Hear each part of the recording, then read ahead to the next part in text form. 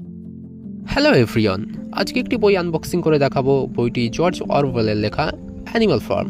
বইটি আমি নিয়েছি অ্যামাজন থেকে একটি স্পেশাল অফারে। তো অ্যামাজনের প্যাকেজটা চলে এসেছিল বেশ কিছুদিন আগে, তো আজকে সেটি আনবক্সিং করে দেখাবো। আমি তো ভীষণ এক্সাইটেড, চলুন দেখা যাক যে কেমন বইটি এসছে। তো প্রথমেই জর্জ অরওয়েল সম্বন্ধে আমরা টুকটাক সবাই জানি।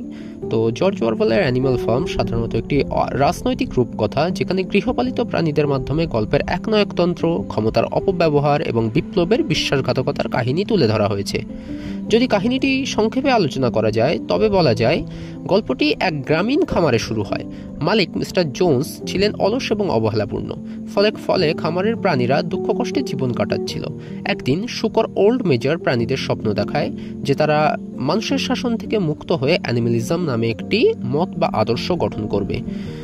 তো এটি সাধারণত একটি রাজনৈতিক ব্যঙ্গ, যেটি কিনা সোভিয়েত রাশিয়ার রিভলিউশন অর্থাৎ 1917 সময়ে এবং তার পরবর্তী একনায়কতন্ত্রের তীব্র সমালোচনার বিরুদ্ধে লেখা হয়। তো ভাষা খুবই সহজ এবং রূপকধর্মী, যা কিশোর থেকে প্রাপ্তবয়স্ক সবাইকে আকর্ষণ করে। গল্পের গঠন ছোট হলেও অর্থে অত্যন্ত গভীর। এটি বিশ্বসেরা অন্যতম সেরা রাজনৈতিক উপন্যাস হিসাবে স্বীকৃতও বটে।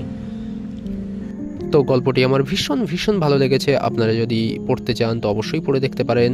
এটি কিন্তু খুবই ভালো একটি গল্প, এবং যদি রূপক পছন্দ করেন, বিশেষ করে যদি অ্যালিগরি ফ্যান হয়ে থাকেন, তবে এটি তো পড়তেই হবে। বাইন্ডিং কিন্তু যথেষ্ট ভালো, আপনারা একবার হলেও চেক আউট করতে পারেন। Thank you.